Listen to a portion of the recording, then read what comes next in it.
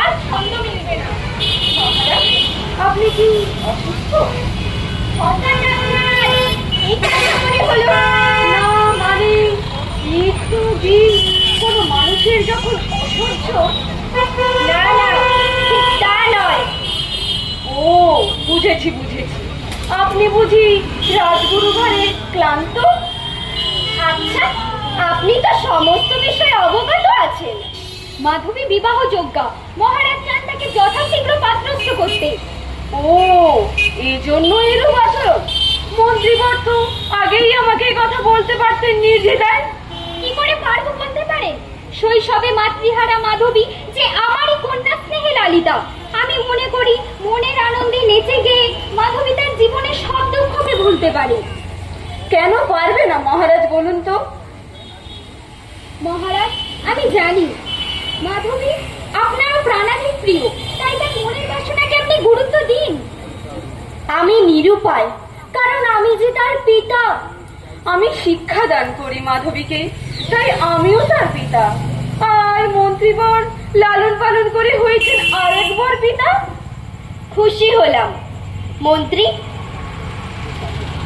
এখন এই তাম্র মুদ্রা গ্রহণ করে আমাকে বাধিত। আমি বিষয় নই রাজা, তাই এই তাম্র মুদ্রার প্রয়োজনও নাই। তবে এখন তো ভূমি দান করি। ভূমিখণ্ডে কি হবে? কি চান আপনি? আপনি সহস্র যজ্ঞ করেছেন, যোগ্য প্রার্থীদের গো ভূমি কাঞ্চন দান করেছেন।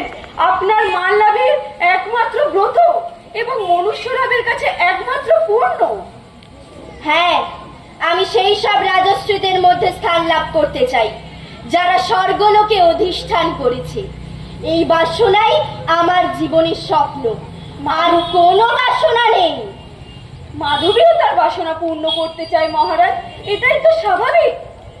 শাস্ত্রে বলে নারী বাল্যে তার পিতার, বার্ধক্যে পুত্রের, আর যৌবনে স্বামীর।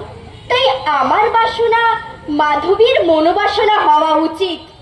আপনাকে একটা লোকদিব্যনীতির কথা স্মরণ করিয়ে দিতে চাই। শুনবো, আপনি বলুন যোগীবর। পুণ্যার্জন লোক জীবনের একটি মাত্র ব্রত, তাতে কোনো সন্দেহ নেই রাজা যযাতি। কিন্তু স্মরণে রাখবেন রাজা যযাতি, পুণ্যার্জনের পত্রীয় পুণ্যার্জন হওয়া চাই। মহারাজ, মাধবী এখন কি অবস্থায়? আমি তার কাছে যেতে চাই। বেশ, আসুন। আপনার উপদেশের তাৎপর্য বুঝলাম না যোগীবর। কেন বুঝলেন না মহারাজ? মহৎ পন্থা তো এর বাইরে নয়। আপনার সত্তা বলে অসাধারণের সত্তা অসম্ভব। রাজার সংকল্প যে কোনো পন্থায় সিদ্ধ করাই হলো রাজার প্রকৃত রাজধর্ম।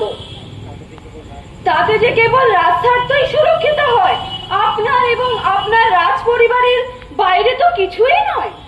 কিন্তু রাজস্বার্থকেই তো জনসাধারণের স্বার্থ বলে জানি। এই ভ্রান্ত ধারণার বশবর্তী হয়ে আপনি আপনার কন্যা মাধবীর প্রতি এহেন কেন আচরণ করলেন? মন্ত্রী, মাধবী কেমন আছে? এই অবস্থায় যেমন থাকবার কথা, ব্যথায় অভিমানে মুখ ভার করে বসে।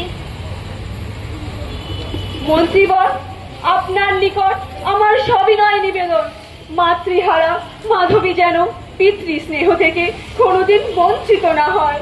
মহারাজ, একজন বনবাসী তপস্বী, শিক্ষাদান যার পেশা, তার এত গর্ব, সদর্প বাক্যাটা। পাণ্ডিত্যের নীতি জ্ঞানে, নীতি জ্ঞানে কই আমার তো বোধগম্য হলো না। জ্ঞানী ব্যক্তির মনন আমাদের চেতনা স্তরে অনেক ঊর্ধ্বে, তাই সবকিছুই আমাদের বোধগম্য হয় না। তবে হলে আমাদেরই মঙ্গল নিশ্চিত। আমার সম্পদের ক্ষয় হয়েছে অনেক, রত্নাগার প্রায় শূন্য হয়ে এসেছে। শূন্য হয়নি মাল্লাবের আকাঙ্ক্ষা, ক্ষয় হয়নি দান করার স্পৃহা। আমার সেই দুর্বলতার সুযোগে কি? না না, মোটেই তা নয়। প্রণাম মহারাজ, এগিয়ে আসুন, আপনার প্রার্থনা নিবেদন করুন। আমি অর্থের প্রার্থী। এই এই মুড়ুকে 100টি তাম্রে মুদ্রা আছে, এসব আপনার। এই যৎ সামান্য অর্থের প্রার্থী আমি নই। তবে কি পরিমাণ অর্থের প্রয়োজন আপনার? 800 শ্বেতস্য ক্রয় করিতে যে পরিমাণ অর্থের প্রয়োজন। কি ভাবছেন আপনি? না না, ভাবছি আমার রত্নাগার প্রায় শূন্য করে দিলেও আপনার কাঙ্ক্ষিত অর্থ হবে না। আর অবাক হচ্ছি, ঋষি হয়েও আপনি এত অর্থ প্রার্থনা করলেন কেন? আপনার পরিচয় জানতে ইচ্ছা করি। আমি রাজর্ষি বিশ্বামিত্রের শিষ্য গালব। আপনি বিশ্বামিত্র আশ্রমের জ্ঞানী ঋষি গালব? না না, এত বড় সম্মান সম্ভাষণ অধিকার এখনো আমার হয়নি। আমি এখনো ঋণ মুক্ত হতে পারিনি। ঋণ? কিসের ঋণ? যতদিন না গুরুকে গুরুদক্ষিণা দান করে মুক্ত হতে পারি। কিন্তু 800 শ্বেতস্য ক্রয় একমাত্র ধনপতি কুবের ছাড়া তো। শুনেছি আপনি দানে গৌরবে মানিশ্রেষ্ঠ হবার সংকল্প করেছেন। হ্যাঁ ঋষি, ওই সংকল্পই আমার জীবনের একমাত্র স্বপ্ন। এই সংকল্প সফল করবার সুযোগ আমি এনে দিয়েছি। আপনি ঠিকই বলেছেন ঋষি।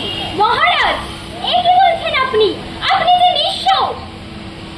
মানে শ্রেষ্ঠ হওয়ার সুযোগ এতদিনে আমার এসেছে মন্ত্রী। আপনি কি করতে চলেছেন একবার ভেবে দেখেছেন? ঋষি গালব যদি বিমুখ হয়ে ফিরে যায়, যযাতির অপবাদ ত্রিভুবনে প্রচারিত হবে, স্বর্গের পদ রুদ্ধ। তাহলে উপায়? মহারাজ, এ অসম্ভবকে সম্ভব করার বৃথা চেষ্টা। ঋষিগণ, আপনি বরং অপেক্ষা করুন।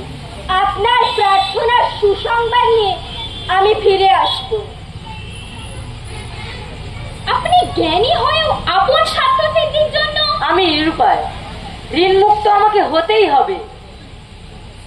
শুনেছি বিশ্বামিত্র শিষ্যের শুধু প্রণামেই সন্তুষ্ট হয়ে যান, অন্য কোনো দক্ষিণা তো তিনি গ্রহণ করেন না। উনি কোনো দক্ষিণা চাননি, আমি ওনাকে দিতে চেয়েছি। কারণ আমি কারোর কাছে ঋণী হয়ে থাকতে চাই না। আপনার এই অহংকারী মনোভাবের জন্যই বিশ্বামিত্র এই নিদারুণ দক্ষিণা গ্রহণ করতে রাজি হয়েছেন।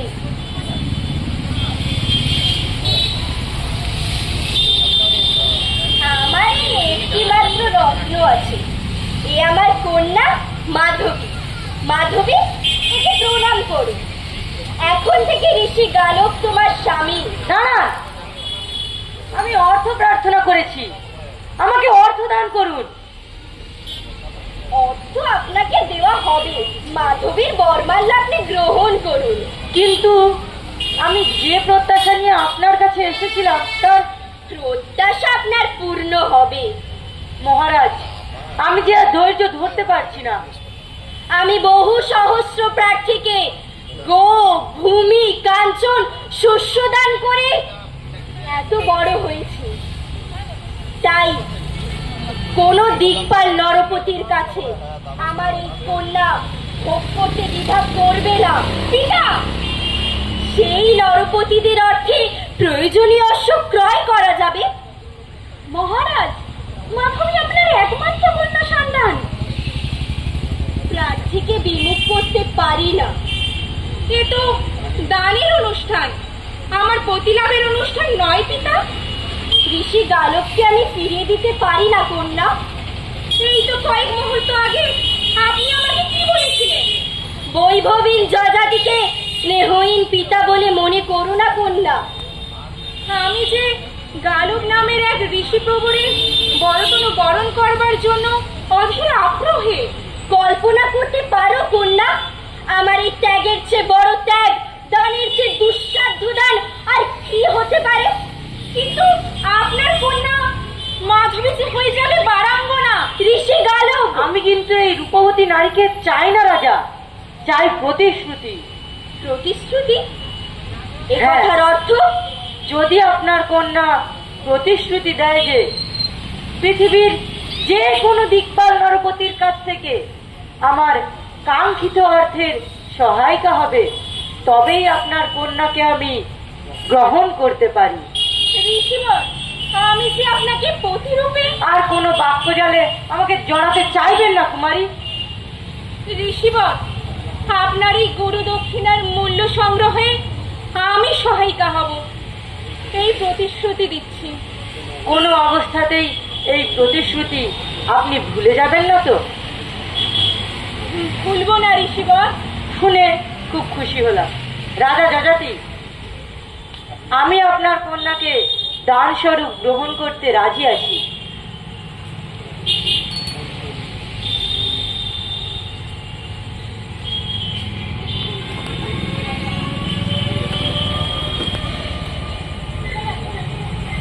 এরপরে তৃতীয় দৃশ্য। কই রে, কে কোথায় গেলে রে? পাত্রের আশীর্বাদের ব্যবস্থা হলো? তোমাকে নিয়ে ওসব ভাবতে হবে না, তুমি পাত্রীকে আশীর্বাদের আয়োজন করো, পাত্রের আশীর্বাদের সব ব্যবস্থা হয়ে গেছে। ও, তাহলে তো তাড়াতাড়ি পাত্রীকে ব্যবস্থা করা হবে। এই মাধবীকে সাজিয়ে নিয়ে আয়।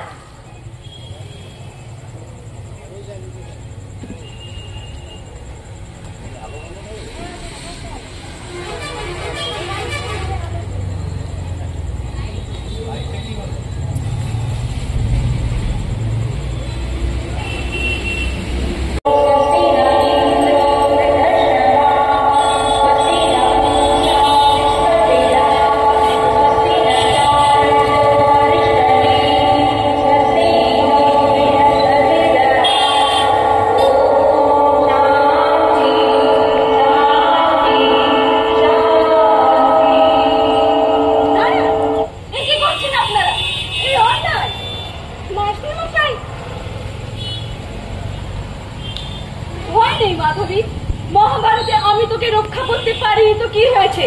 এই একবিংশ শতাব্দীতে আর সেই ভুল হবে না মাধবী। আমি বিয়ে করব না, আমি পড়তে চাই, আমি পড়বো মাস্টার মশাই। মাধবী, তুই তোর বাবার মান সম্মানের কথা ভাববি না? আরে পাত্রপক্ষের কানে সব কথা গেলে তারা তোকে বিয়ে করবে। নাই করুক, আমি তো চাই না বিয়ে করতে। একজন নাবালিকা চাওয়া না চাওয়া সেটা আমাদের বিচার্য বিষয় নয়। এই তো আপনি স্বীকার করলেন ও নাবালিকা, তাতে কি হয়েছে? আপনি জানেন না নাবালিকাদের বিয়ে দেওয়া আইনত অপরাধ? আইন? কোথায় ছিল আপনাদের আইন? যখন পাশের বাড়ির মেয়েটি এক রাজমিস্ত্রির বিয়ের প্রস্তাবে রাজি না হওয়ায় তাকে তরল পানীয়র বিষ মিশিয়ে খাওয়ালো, মেয়েটা এখনো হাসপাতালে মৃত্যুর সাথে লড়ছে। আপনার এটা স্কুলের ঘটনা, এক ছাত্রের প্রেমের প্রস্তাব এক ছাত্রী প্রত্যাখ্যান করে ছাত্রটি হাসুয়ার কোপে ছাত্রীটিকে মেরে ফেললো। ছাত্রটি নাবালক বলে তাকে কোনো আইন শাস্তি দিতে পারলো না, কিন্তু চিরকালের জন্যই তো তাদের মা বাবা তার মেয়েকে হারালো। আমাদের এলাকায় ছেলে ছোকরাদের চালচলন মোটেই ভালো নয় মাস্টার মশাই। মেয়েটা ওদের মাঝে স্কুলে যায় আসে, খুব ভয়ে ভয়ে থাকি আমরা। তাই হঠাৎ করে একটি রোজগেরে পাত্র পেয়ে মেয়ে বিয়ের ব্যবস্থা করেছি। কিন্তু এই মানসিকতার বিকৃতি ছেলেদের জন্য মাধবীরদের মতো মেয়েরা কেন তাদের মনোবাসনাকে বলি দেবে বলুন তো? আমার তো সন্দেহ হয় বর্তমান পরিস্থিতি মাধবী কতটুকু বোঝে।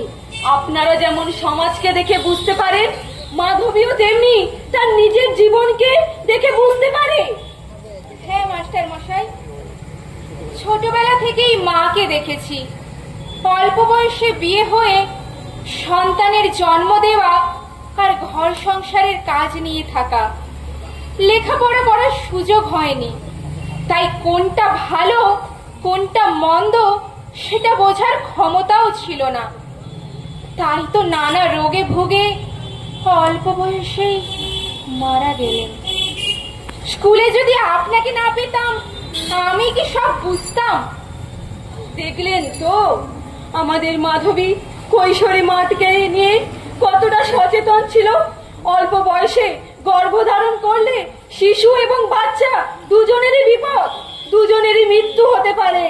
শিশু জন্মের আগে জন্মালে তার বিকাশ যথাযথ হয় না, তারও ভবিষ্যৎ নিয়ে আশঙ্কা থেকে যায়। কিন্তু হঠাৎ করে এই একটা রোজগারের পাত্র পেয়ে বিয়ের ব্যবস্থা করি। আচ্ছা বাবা, হঠাৎ করেই যদি কোনো কারণে তোমার ওই রোজগেরি পাত্রটি মারা যায়, তখন এই সন্তানকে নিয়ে বেঁচে থাকার যে লড়াইটা করতে হবে, তার জন্যই তো পড়াশোনা করা। মাধবী, তুই যে এমন করে বুঝতে পারিস, আমরা তো আগে বুঝতে পারিনি। সবই তো বুঝলাম, কিন্তু ওপাশে যে পাত্রপক্ষে সব বসে আছে, চল আমরা ওদের বুঝিয়ে বলি এ বিয়ে কেন হচ্ছে না। আর যেতে হবে না আপনাদের। আপনাদের এখানকার কথাবার্তা শুনে আমার সাথে যারা এসেছিলেন তারা সবাই পালিয়ে গেছেন, কেবল আমি ছাড়া। তুমি বের হয়ে গেলে কেন? আপনাকে সাক্ষাৎ ভগবানকে দেখবো বলে। আজ থেকে 10 বছর আগে আপনার মতো কেউ যদি এসে আমার বোনের বিয়েটা বন্ধ করে দিত। তোমার বোনের কি হয়েছিল? আমার বোন আপনার মেয়ের মতো কপাল নিয়ে আসেনি তো। সত্যি আপনার মেয়ে খুবই ভাগ্যবান। তোমার বোনের কি হয়েছিল বললে না তো? ওই আমাদের সমাজে যা হয়, মেয়েরা ঘরের কাজ করতে পারলে আর ছেলেরা রোজগার করতে পারলে বিয়ে দিয়ে দাও। বোনটার অল্প বয়সে বিয়ে, 3 বছরের মধ্যে 2টো বাচ্চা। ভগ্নিপতি বিল্ডিং কন্ট্রাক্টরের আন্ডারে দিনমজুর ছিল। একদিন অনেক উঁচু থেকে পড়ে মারা গেল। ব্যাস, বোন 2টো বাচ্চা সহ আমাদের ঘাড়ে। ভগ্নিপতির জমি জমা কিছুই ছিল না? অল্প কিছু ছিল, কিন্তু রক্ষণাবেক্ষণের পর নিজের অধিকার কায়েম করার মতো বোনের কাছে শিক্ষা, দীক্ষা, যোগ্যতা কিছুই ছিল না। কি ভয়ঙ্কর পরিস্থিতি! আমিও একজন বিল্ডিং কন্ট্রাক্টরের আন্ডারে দিনমজুর। বাবা, মা, বোন, 2টো বাচ্চাকে নিয়ে হিমশিম খাচ্ছি। এই পরিবারে আপনার মেয়ে গিয়ে সুখী হতো। আমি এখন আসি, আপনাদের প্রণাম। ও কি মর্মান্তিক! আসলে সমস্যাটা কোথায় জানেন? আজকের সমাজে আমরা একটি ছেলে এবং একটি মেয়েকে সমান চোখে দেখতে পারি না। আমাদের স্কুলের প্রোগ্রামে রবীন্দ্রনাথের নৃত্যনাট্য চিত্রাঙ্গদা হচ্ছে। সেই নাটকে চিত্রাঙ্গদা অভিনয় করছে কে জানো? আমাদের এই মাধবী। আপনাদের মতো অভিভাবকদের আমন্ত্রণ জানাবো, আপনারা অবশ্যই আসবেন। আচ্ছা, এই নাটকটি কি আমাদের মতো অভিভাবক পিতাদেরই জন্য? অবশ্যই। মণিপুর রাজের ভক্তিতে তুষ্ট হয়ে দেবাদিদেব শিব বর দিয়েছিলেন রাজকুলে পুত্র সন্তান জন্মাবে, কিন্তু রাজকুলে কন্যা সন্তান চিত্রাঙ্গদার জন্ম হলো। রাজা তখন সবকিছু মেনে নিয়ে কন্যাকে পুত্র হিসেবে পালন করলেন। কন্যা সন্তান শিক্ষা নিলেন রাজদণ্ড নীতিতে, শিক্ষা নিলেন ধনুর্বিদ্যায়। তখন রাজকুলে আখ্যান আরম্ভ আমাদের এই নাটকে।